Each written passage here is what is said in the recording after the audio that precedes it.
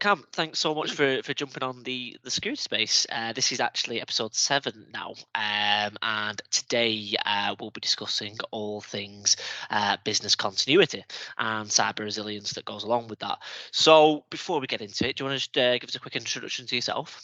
Yeah, sure, absolutely. So my name is Kam Karaji. I'm currently the global head of information security for a financial company called BB Financial Services. So I've been enrolled for BB Financial since last summer. And needless to say, I think we're on a bit of a journey. That's a buzzword for cyber these days. And we're trying to mature our environment and make sure that we're again cyber resilience, right? So my background, I've kind of fallen into cyber essentially by not on purpose in any way, shape, or form. It's just fell alongside me. I've been in cyber for about 10 years now, previous to which I've been heads of security for a couple of different roles, including government and critical national infrastructure. And before that, I was a police officer and a bronze commander in the police force for 14 years. Brilliant, brilliant. And probably the best place to start, Cam, is firstly, what is business continuity and what is cyber resilience? If you can give us a quick sort of definition to the two. Sure. So the basic analogy I would say about business continuity is quite simple. If there was a business disruption in any way, shape, or form, how do we continue business? The clues in the answer. Businesses need to be very adapt to change, but equally at the same time, nothing's smooth running. There can be disasters in the way. There can be, pandemics in the way. As an example, business continuity hits all of our lives in professional and in personal life as well. And I suppose where does that come into aspect when it comes to cyber resilience? Well, in my understanding and my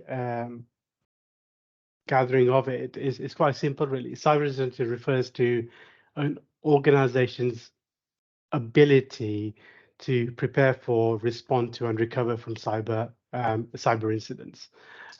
So it's a very holistic approach, but Yep. it does fall hand in hand alongside business continuity. Okay. So, in terms of making a company, cyber resilient, because obviously I'm guessing that there's different levels of resilience, and it all sort of dependent on numerous factors. So let's just say you have just started a new company. How do you even test a company's cyber resilience? Good question, actually. So cyber resilience is tested alongside disaster recovery plans for information technology, right? And the term that we use in business continuity a lot is recovery point objective, RPOs, recovery time objectives, RTOs, right? Cool. What does that mean? Well, basically, what are your pinch points in the business? When will the business know when the needle needs to turn into crisis engagement or not? Are we okay? Can we still sustain it? So if you come into an organization, it's best to understand, do a business impact analysis, a BIA, to understand what those pinch points are. That will give you an RTO and an RPO time. It goes a step further because cyber resilience is not about business continuity per se. It goes into the layers of defense in order to go to the core crown jewels of a business. Yep. Right. So if there was an attacker, for example, it has to go through different layers of perimeter to get to the center. And the term from a business perspective is make sure every layer is resilient. Yep. So does that answer your question? Yeah, no, definitely. So So that's obviously how you test your cyber resilience in terms of business continuities. But I know that when we were discussing, you really wanted to get into the fact of like how do you improve your cyber resilience. So obviously, I'm guessing there is different forms of improving your cyber resilience. So yeah, talk to me about that. What's like your go-to when you need to improve your company's cyber resilience, being a CISO? Sure.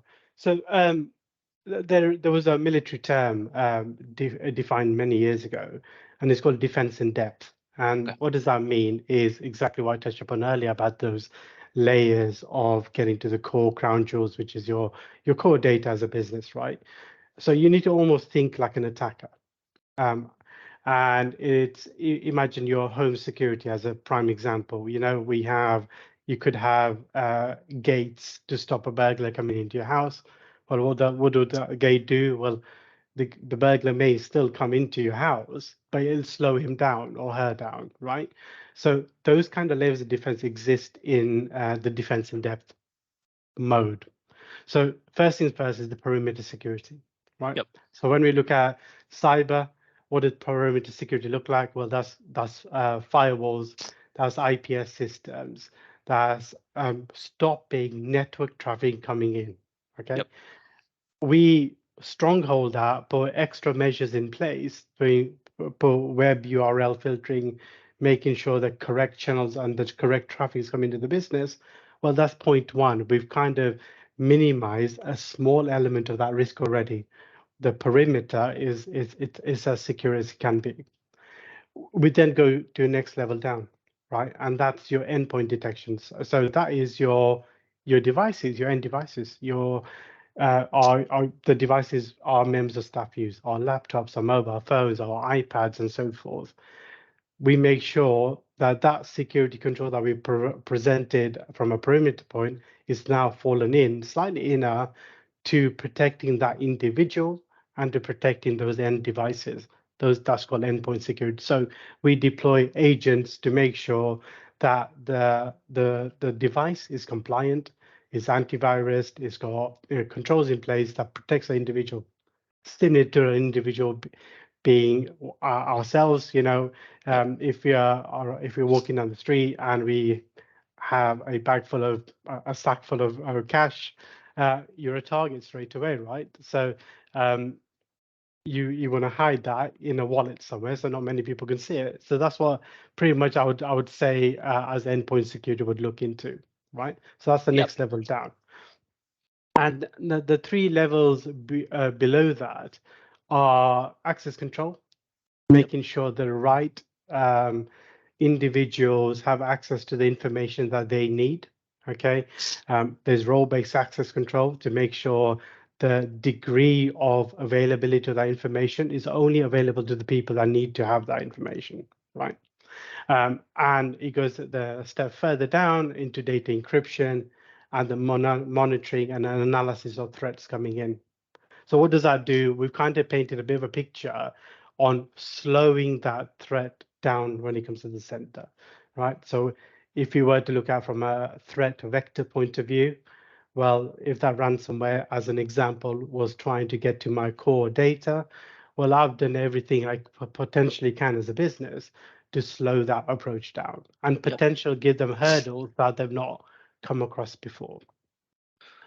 So the sensitive information is what they're after. It's what we, especially from a financial industry in the institute, it's our consumer data, it's our customer data, it's our financial credit information. That has to be the crux of what we need to protect as security. Mm. And just to come in on that point, so obviously it sounds very sort of sophisticated in terms of like levels of cyber resilience that is out there. Now my question would be, what about them low hanging fruits, them restaurants, them companies on the high street that they have a lot of data, but like the clearly cybersecurity is not at the forefront, so they're not going to be a cyber resilient company. So how can they best position themselves to be cyber resilient when it's just not a company that will put security first, and they won't have any if they won't have a lot, if any, of a budget to dedicate it towards it. Yeah, and it's interesting you say that because at a recent Cyber Leaders Summit I attended, they presented the analogy that you only put a burglar alarm up once you've been broken into, right? And because you feel the pain and you feel like someone's come into your environment, has touched all the sensitive amounts of information or data or assets and taken away with it. Now, from a business angle, I suppose the best way that we could share that message and cascade that message is what I touched on in the very beginning, right? If a disaster was to strike, how would that affect your business revenue, right? Yep. So when we talked about RTOs and RPOs, I've always come into the business in a different mindset, saying every RTO, every RPO has to have a financial limit to it. Yep. So it's as simple as, like you say, a small coffee shop, for example. If their credit card system goes down, they'll only be able to service so many customers with cash. The other customers may only have cards and they can't pay for it. Well, that's business continuity for them, right? Yep. But what if we then put a different spin on it? Well, that card machine is not just simply gone down, but it's gone down due to a cyber incident. So now you've got another concern that the last 24, 48 hours, every member of public who's actually paid with their credit cards, well, that information may have been leaked because of my card machine that's gone out there. So you've kind of put two hats on. Firstly, is my customer that comes in, day out, to get their cups of coffee. We've now put their information in the big bad web, right? Now they're a victim of a cyber incident, as Yep. well as the businesses. And from a business angle, you put two hats on, saying, well, I've lost revenue because of the card machine going down, but I've also added the fact that there's reputational damage, which you can't put a figure on, unfortunately. Yep. So you've become a victim, but you do feel a bit insensitive. I start thinking, I do need to think about this a bit more further than just finances or just assets. There's a reputational damage part of there as well. So I suppose that my takeaway to that would be that think of it in the same light. Yep. Anything, an act of God which your home insurance is compared to can never be sustained as the same as a cyber incident, right? Yep. Cyber incidents can happen because threat vectors change day in, day out, daily. Yep. Yep. And you've kind of alluded to it there. It's better to obviously be a little bit more proactive with the security. So what would the benefits be to an organization that who are cyber resilient, who have dedicated time and resource towards being resilient and towards this continuity plan? What's some of the benefits to that? So first things first, you need to recognize that cybersecurity needs to be a highlight on any business's risk register. It's a number one risk that presents to any business, and it has detriments to shut down the whole business operations within minutes, right? So the first thing is to make sure that it's high up on the agenda with the board of directors, with the owners of a business, and they really understand that cybersecurity posture is more than just an output. That there is gains to be had as well. So first things first is risk register, and also be mindful that cybersecurity part plays is a line item within business continuity. People don't see that. People looks at act of God, or the electricity go down, the building goes up on fire, but cybersecurity has to be that one line item as well. The second is do regular testing of that. So whilst businesses regularly go through business continuity testing, there should be simulation exercises for businesses to take on when it comes to cyber. So as my business, for example, we do ransomware exercises every 6 months. within that room. We have a bunch of executive leaderships, we have board of directors, but we also have people who have to be part of that operational resilience. So HR, communication, IT infrastructure, they all have a part to play. Yeah. So, making it real life, making it that, okay, we're now in the stone of it, it's actually attacked us. How do we mitigate from that? What do we learn from it? What does comms look like? How do we send out crisis comms if your Active Directory is attacked? So if you have access to no address book, how are you gonna contact your customer to Yep. say, I'm sorry, but we can't provide you finances for XYZ reason? Or your member of staff to say, listen, nothing to worry about. We're going through a bit of an incident. I'm just making you aware. Big Mm, part, right? mm. Um, and needless to say, businesses operate to build revenue and customs, right? There has to be a part that you need to demonstrate that there's a financial loss to every disaster. Yep. And it's probably when we opened up, Nick, we talked about that there has to be a financial figure on an RTO and RPO that changes the needle on the amount of risk the business can and cannot sustain.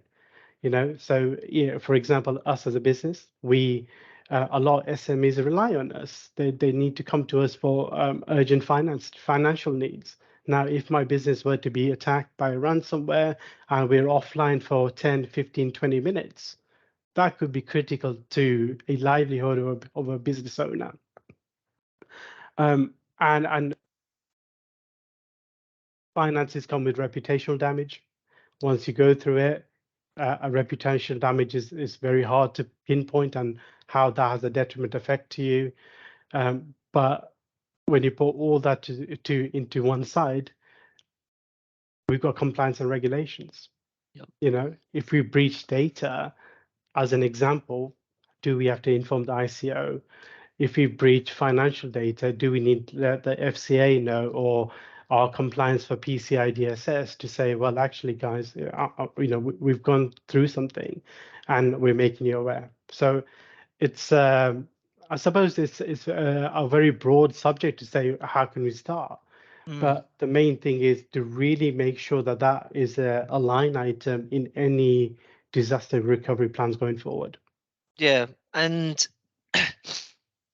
you've made so many good points in the sense of like it's easy for you to say it and for me to say it. Also working in cybersecurity, that every company should be cyber resilient or try to be. But that's easy saying it, being in the field. So what my question to you is, why wouldn't companies try and be cyber resilient? What's stopping them? Is it purely they don't have a budget for it? Is it purely they don't know how to? Is it purely they think that it's just not a priority? Why is every single organization on the planet not got some form of cyber resilience? I wish there was a magic wand I can just wave and say, well, everyone needs to know this. It should be up on the agenda. But like you said, if you're not in that space, you don't operate in that space, you don't see the risk and threat, right? Mm, The best way to look at it, and I say this a lot when I'm doing speaking events, is turn that into your personal life. So you and I can be hacked any day if we need it, if we're not careful. Fraud happens around us every 90 seconds anywhere in the globe, right? mm, That could be a cyber resilient activity. It could be a malicious actor, but if I put my policeman hat on, you're inflicting harm on an individual. You're inflicting some kind of vulnerability and adding onto the vulnerability. So businesses really need to understand from a very personal side that there are malicious actors day in day out, yeah. and as much as you're there to make a good living, there are actors there who are trying to make pounce on that vulnerability that you may have and not think about it. And it's hard to say, but sometimes people become victims in order to understand and put their defenses up. But what I would say is that there is no time like the present. Understand how you could be a victim.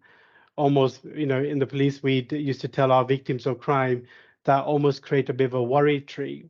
Mm. Draw a little tree with little branches that come out, to saying, well, actually, I'm okay here, but what if this didn't go my way?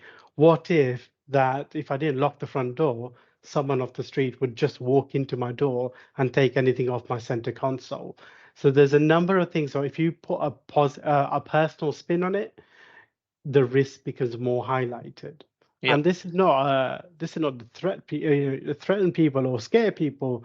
But it's about bringing our active threat more realized. Yep. Realize what does actually look like for me.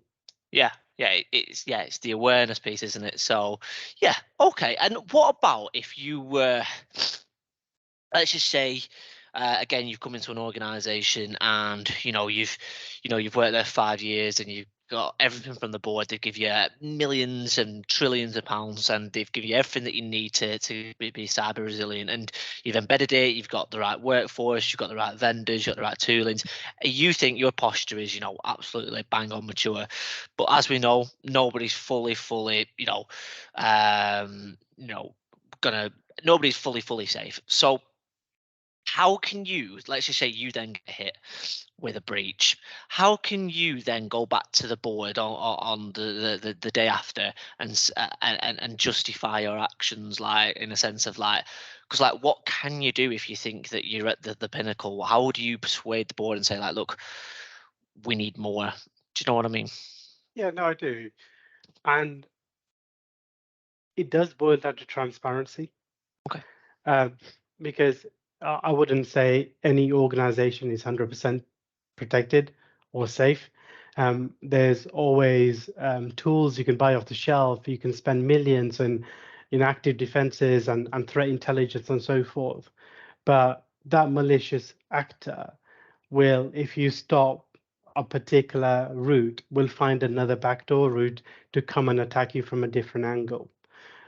I've always been in the mindset that when we have quarterly board updates or monthly board updates, um, the threat the threat that comes and is presented to the business has to be transparent, right? Mm. So I'm not simply saying, guess what, we've had 1,000 threat intelligence coming up attacking us as a business.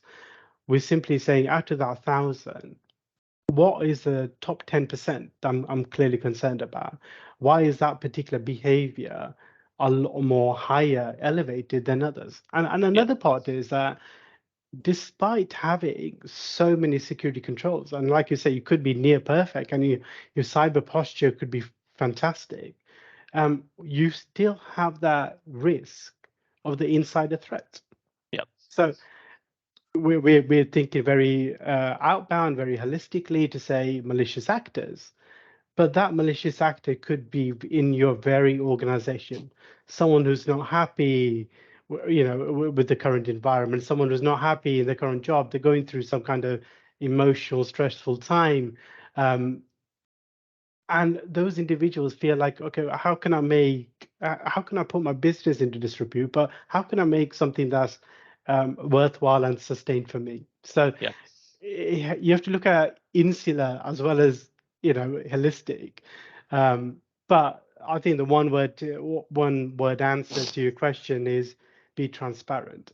The Mm. last thing you can do is and it always back to the point, as cyber leaders, they'll probably say, well, the board has given you X amount of money to put all these defenses in place. Mm. You've told me everything's perfect, and now you're presenting all these facts to me saying it's not perfect. Well, if that journey is transparent from start to finish, we know that we can mitigate a certain amount of risks, but not all risks are gone away from us as a Yeah. business. And can you do anything if the threats are internal? Can you do anything on the cybersecurity side, or is that more interpersonal? It's twofold really. So the biggest thing about businesses is data loss prevention. And from a security angle, you can put security controls in to make sure There's a data classification policy in place. What's secret material, what's sensitive material, what's confidential, to what's general publication that we are sending emails, regularly. And there's other parts as well, that if there's information that you're sending which has personal information or financial information included, well, could we go through a level of encryption and a secure web gateway to make sure that it's only Cam sending that email to Nick, and it's only Nick who can read it, right? Mm. So from a technical angle, you can put those measures in place. From a human angle, you need to bring a number of different parties onto a journey with you about about the insider threat awareness. And Yep. this is with HR, this is with business leaders, to say we're not asking you to completely, be big brother to all your members of staff. What we're simply saying is bringing home that message to say, if any of your colleagues or your work colleagues are sending sensitive information, or there's a potential risk there to the business, then we want you to go and educate and aware and make people awareness that what you're doing is sharing sensitive information. So Mm. there's two facets there. There's the technical angle, but very importantly, it's a human angle, right? So or in the police, we always go taught one thing: humans can be our best friends, our defenders. Should there be any issues, should there be a crime, but equally, they can also be our worst enemies. They can also be our worst blockers for making things happen. So Yeah. very, building into that human side, that emotional side is very important. The pandemic, there was a recent stat that the pandemic meant that people were very insecure in their roles, and the insider threat went up about 1/3 in financial services, purely because people were scared that will they be Yeah. in role one day and not in a role another day. Yeah. So how you can put in insider threats, you can put business continuity, cyber resilience, all in one bucket and pretty much stare it and see what the output looks like. It's quite interesting, really. Yeah, no, amazing. And just like that, Cam, obviously we're just coming to the end. Obviously, I think it's flown by again. If you could kind of just summarize and just like give a quick overview, in terms of, cyber resilience. And if let's just say you're speaking to yourself 5 years ago, like you're not like a head of InfoSec or CISO just yet, but you was like, look, I've got this experience now, I've got these battle scars on how to get a company, resilient when it comes to cyber. What would you tell that person 5 years ago?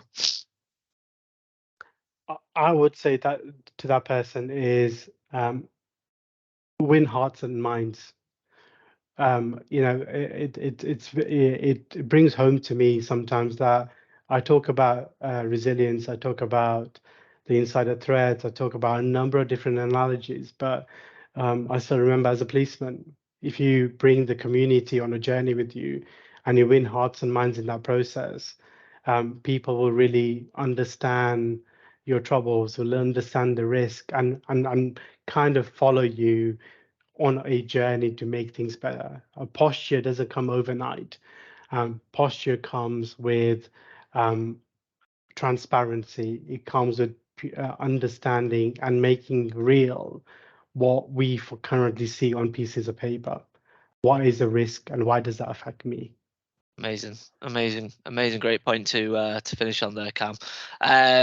Yeah, just wanted to thank you for jumping on, mate. If anybody wants any further information from Cam, I'll put all his socials into the details of this video.